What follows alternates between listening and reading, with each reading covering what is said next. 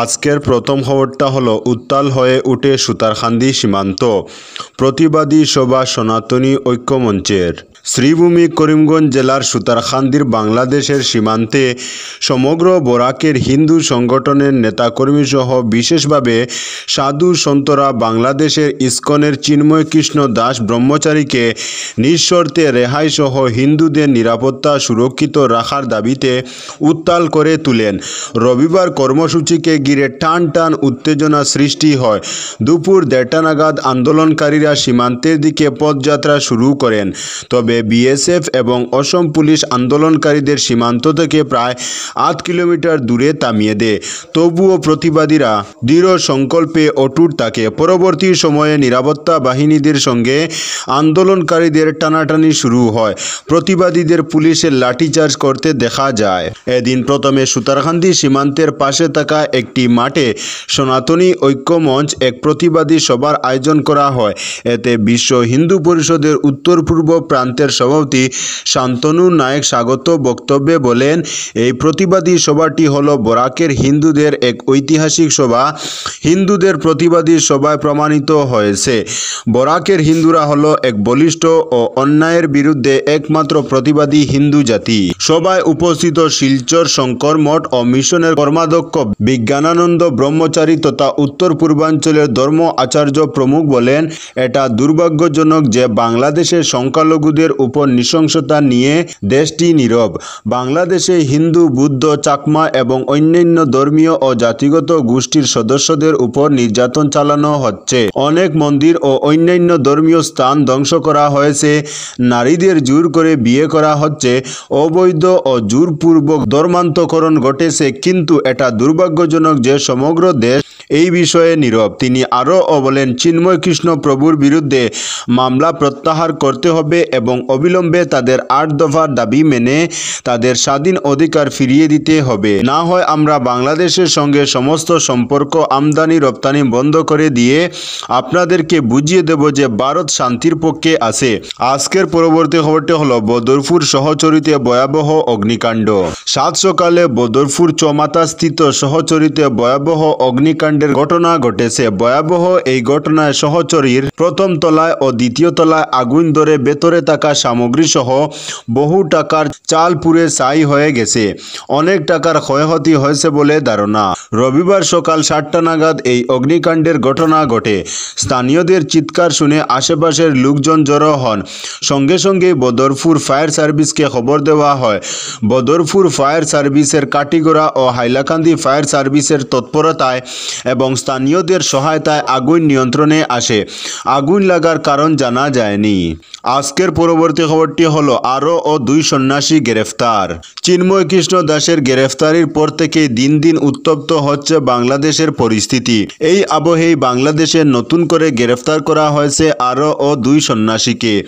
এক সর্বভারতীয় সংবাদ মাধ্যমকে একথা জানিয়েছে চট্টগ্রাম মেট্রোপলিটন পুলিশ। চিন্ময় কৃষ্ণ যে মামলায় গ্রেফতার হয়েছেন সেই সংক্রান্ত চলমান তদন্তে সন্দেহভাজন হিসেবে বিবেচনা করা হচ্ছে গ্রেফতার হওয়া 2 সন্ন্যাসীকে। তবে মামলাগুলি সম্পর্কে স্পষ্ট কোনো বিবরণ দেয়নি পুলিশ। চট্টগ্রামে নতুন করে গ্রেফতার হওয়া 2 সন্ন্যাসী হলেন রুদ্রপ্রতি কেশব দাস এবং রঙ্গনাথ শ্যামসুন্দর দাস। তারা প্রবর্তক সংঘের সদস্য বলে জানা গিয়েছে। এই 2 সন্ন্যাসী চট্টগ্রামের জেলে থাকা চিন্ময় কৃষ্ণকে খাবার, ঔষধ এবং কিছু টাকা দিতে গিয়েছিলেন, কিন্তু সেখানে যাওয়ার পর তাদেরও গ্রেফতার করা হয়। এ প্রসঙ্গে প্রবর্তক সংঘের অধ্যক্ষ স্বতন্ত্র গৌরাঙ্গ দাস বলেন, আমি একটি ভয়েস রেকর্ডিং থেকে জানতে পেরেছি যে জেলে চিন্ময় কৃষ্ণকে খাবার দিতে গিয়ে আমাদের 2 জন সদস্য গ্রেফতার হয়েছেন। রেকর্ডিংয়ে গ্রেফতার হওয়া সদস্যরা জানিয়েছে কোতোয়ালি থানা থেকে তাদের গ্রেফতার করা হয়েছে। পরে তাদের জেলে নিয়ে যাওয়া হয়। আজকের পরবর্তী খবরটি হলো শিশু ও মহিলাদের ক্ষেত্রে দ্রুত ন্যায় বিচার হওয়া উচিত বললেন আসামের মুখ্যমন্ত্রী হিমন্ত বিশ্ব শর্মা। বিলম্ব নয়, শিশু ও মহিলাদের ক্ষেত্রে দ্রুত ন্যায় বিচার হওয়া উচিত, এমনটাই বললেন লক্ষ্মীপুর সমজেলার আদালতের নবনির্মিত ভবনের উদ্বোধন করে মুখ্যমন্ত্রী হিমন্ত বিশ্ব শর্মা। রবিবার গৌহাটি হাইকোর্টের প্রধান বিচারপতি বিজয় বিষ্ণই সহ মুখ্যমন্ত্রী ভবনের উদ্বোধন করেন। এদিনের উদ্বোধনী অনুষ্ঠানে উপস্থিত ছিলেন বিচারপতি সুমন শাম এবং বিচারপতি কল্যাণ রায় সুরানা প্রমুখ। আদালত ভবনের উদ্বোধন করে সাংবাদিকদের মুখোমুখি হয়ে মুখ্যমন্ত্রী হিমন্ত বিশ্ব শর্মা বেশ কয়েকটি গুরুত্বপূর্ণ মন্তব্য করেন। তিনি বলেন, বিচারের ক্ষেত্রে বিলম্ব হলে মানুষের কাছে খারাপ বার্তা যায়। মুখ্যমন্ত্রী বলেন, শিশু ও মহিলাদের ক্ষেত্রে দ্রুত ন্যায় বিচার হওয়া উচিত। তিনি আরও বলেন যে অসমে দেখা গেছে যে নির্যাতিতাকে বলির পাঠা হিসেবে ব্যবহার করে আপোষের মাধ্যমে মামলাটি বন্ধ করা হয়। এদিন উপস্থিত ছিলেন বিধায়ক কৌশিক রায়, দীপায়ন চক্রবর্তী, কমলাক্ষ দে, পুরকাইস্ত, মিহিরকান্তি সোম, নিহার রঞ্জন দাস, প্রাক্তন বিধায়ক কিশোর নাথ প্রমুখ। আজকের পরবর্তী খবরটি হলো, যৌতুকের দাবিতে বধূ নির্যাতন মামলা, নেই দরপাকড়, সরব মাতৃশক্তি। যৌতুকের দাবিতে বধূ নির্যাতনের ঘটনা আজকাল অহরহ ঘটছে। চূড়ান্ত পরিণতিতে হয়তো ডিভোর্স হচ্ছে কিংবা তো নির্যাতনের জ্বালা সহ্য করতে না পেরে অনেক গৃহবধূ আত্মহত্যার পথ বেছে নিতেও লক্ষ্য করা যাচ্ছে। এরকমই একটি গুরুত্বপূর্ণ ঘটনা সামনে এলো। পরিচর্যার অভাবে 3 বছরের শিশু কন্যা পা কেটে ফেলেছে, কিন্তু মায়ের মনে মমতার ঢেউ খেলেছে। খবর পেয়ে বাবার বাড়ি থেকে দৌড়ে শিশু কন্যাকে দেখতে ছুটে যায় মা ও শিশু কন্যার আবেগঘন পরিস্থিতির মধ্যে পূর্ব পরিকল্পিতভাবে মায়ের উপর তীব্র আক্রমণ শুরু হয়। ধাক্কা মেরে মাটিতে ফেলে কিল, ঘুষি, লাথি মারেন বলে অভিযোগ। দিন দুপুরে রাস্তার মধ্যে স্বামী অস্থির এমন কাণ্ডে ও হাল্লা চিৎকারে স্থানীয় লোকজন জড়ো হয়ে উভয়কে ছাড়িয়ে দেন। এরপর কোনো ক্রমে প্রাণ নিয়ে ফিরে এসে পালংঘাট আউটপোস্ট এজাহার দায়ের করেন নির্যাতিতা মহিলা। কিন্তু 3 দিন অতিক্রান্ত হয়ে গেলেও এ নিয়ে দরপাকড়ের কোনো খবর পাওয়া যায়নি। এজাহারের বয়ান মতে, দলাই থানার অন্তর্গত পনিরমুখ গ্রামের মেয়ের সঙ্গে রাখাল টিল্লার বাসিন্দা শাহাবুদ্দিন আহমেদের সামাজিকভাবে বিবাহ হয় প্রায় 13 বছর আগে। কিন্তু বিয়ের পর থেকে শাহাবুদ্দিন যৌতুকের দাবিতে শারীরিক ও মানসিক নির্যাতন শুরু করে মুক্তা বেগমের উপর। পারিবারিক ও সামাজিক মান সম্মানের কথা বিবেচনা করে স্বামীর নির্যাতন মুখ বুজে সহ্য করতে থাকে মুক্তা বেগম। এরই মধ্যে তাদের 2টি কন্যা সন্তানের জন্ম হয়, কিন্তু পুত্র সন্তান জন্ম না দিয়ে 2টি কন্যা সন্তান জন্ম দেওয়া বধূ নির্যাতনের মাত্রা বেড়ে যায়। শেষ পর্যন্ত নিরুপায় হয়ে গত 8 মাস আগে বাবার বাড়ি চলে আসতে বাধ্য হয় মুক্তা বেগম। গত বৃহস্পতিবার মায়ের কাছে খবর আসে যে 3 বছরের কন্যা সন্তান দুর্ঘটনাগ্রস্ত হয়ে পা কেটে ফেলেছে।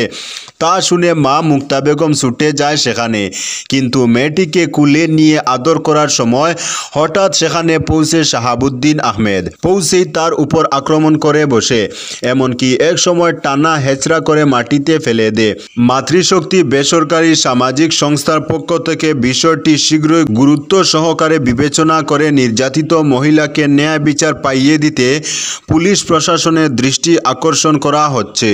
আজকের পরবর্তী খবরটি হলো, বাজারিছড়ায় পুরল ইউনূসের কুশপুতুল। বাংলাদেশের হিন্দুদের উপর চলা অত্যাচারের বিরুদ্ধে প্রতিবাদ মিছিল চলছে শ্রীভূমি করিমগঞ্জ জেলার বিভিন্ন স্থানে।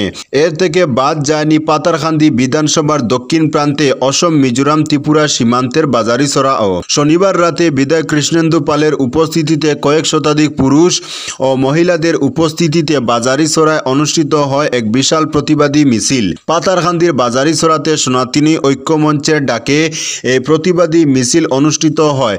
মিছিলটি বাজারিছড়ার কালাছড়া শহীদ বেদির সামনে থেকে সূচনা করে কালাছড়া ও বাজারিছড়ার গোটা রাজপথ পরিক্রমা করে বাজারিছড়া মাকুন্দা রোডের তেমাতায় পৌঁছে সমাপ্ত হয়। এদিন মিছিলে প্রতিবাদী স্লোগান দিয়ে আকাশ বাতাস বাড়ি করে তুলেন মিছিলে অংশ নেওয়া জনগণ।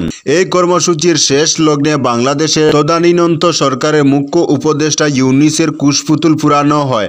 পরে এ মর্মে সংক্ষিপ্ত বক্তব্য পেশ করেন শ্রীভূমি করিমগঞ্জ জেলার এসসি বোর্ডের চেয়ারম্যান কৃষ্ণ দাস, কালাছড়া নেতাজি সংঘের উপদেষ্টা মনীষ ভূষণ পাল, ভারতীয় জনতা পার্টির জেলা চা মোর্চার সভাপতি সত্যনারায়ণ সালিয়া। আজকের পরবর্তী খবরটি হলো, অনুসূচিত জাতিদের মধ্যে টিবি বিতরণ কৃষ্ণেন্দু পালের। পাতারকান্দির বিধায়ক কৃষ্ণেন্দু পালের হাত দিয়ে শনিবার পাতারকান্দি ও লুয়ারফুয়া সরকারি বরাদ্দ অনুসূচিত জাতিদের মধ্যে টিবি সহ সামগ্রী বন্টন করলেন। এদিন অনুসূচিত জাতির প্রায় শতাধিক সামাজিক সুবিধা প্রাপকের হাতে টিভি সহ প্রয়োজনীয় সামগ্রী তুলে দেন বিধায়ক কৃষ্ণেন্দু পাল। এ উপলক্ষে পাতারকান্দি বিধানসভা কেন্দ্রের পাতারকান্দি ও লুয়াইরফুয়ায় অসম সরকারের অনুসূচিত জাতি উন্নয়ন বোর্ডের অধীন শ্রীভূমি করিমগঞ্জ জেলা কমিটির পক্ষ থেকে পৃথকভাবে আনুষ্ঠানিকভাবে বন্টন করা হয়। এ নিয়ে বিধায়ক পাল বক্তব্যে রাজ্যের মুখ্যমন্ত্রী হিমন্ত বিশ্ব শর্মা সহ বিভাগীয় মন্ত্রী পীযূষ হাজারিকার প্রতি কৃতজ্ঞতা প্রকাশ করেন। আজকের পরবর্তী খবরটি হলো আলুর বীজ বন্টন কৃষ্ণেন্দু পালের। বিধায়ক কৃষ্ণেন্দু পালের উদ্যোগে শ্রীভূমি করিমগঞ্জ জেলা কৃষি বিভাগের পক্ষে শনিবার পাতারকান্দির লুয়াইরফুয়া ব্লকের আয়তাধীন বিভিন্ন জিপির কৃষকদের হাতে আলুর বীজ বন্টন করা হলো। এদিন লুয়াইরফুয়া ব্লক মণ্ডল কিষাণ মোর্চার সহযোগিতায় বাজারিছড়া জিপির প্রত্যন্ত এলাকার কৃষকদের মধ্যে বীজগুলো বিতরণ করেন বিধায়ক কৃষ্ণেন্দু পাল। বীজ বন্টন করে বিধায়ক বলেন, নিজ বিধানসভার কৃষকেরা যাতে উন্নত মানের অধিক ফসল উৎপাদন করতে সক্ষম হন তার জন্য সরকার কর্তৃক প্রতি বছর এভাবে বীজ বন্টন করে।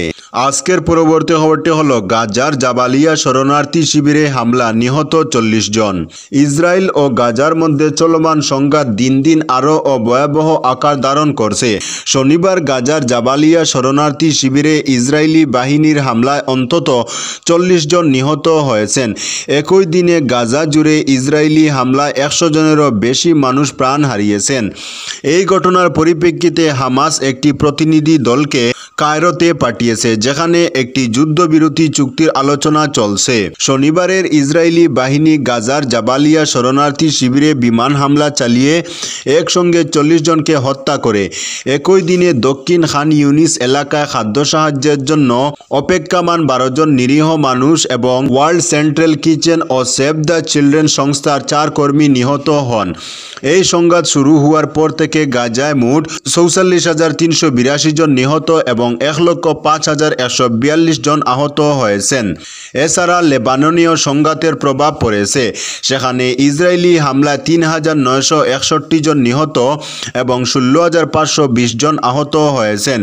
এদিকে ইসরায়েল ও লেবাননের হিজবুল্লাহর মধ্যে মঙ্গলবার থেকে একটি যুদ্ধবিরতি চুক্তি কার্যকর রয়েছে, যদিও তার মধ্যে কিছু লঙ্ঘনের খবর পাওয়া গেছে। তো বন্ধুরা, আজকের জন্য এতটুকু। পরবর্তী কোনো নতুন ভিডিওতে দেখা হবে, তখন অবধি ধন্যবাদ।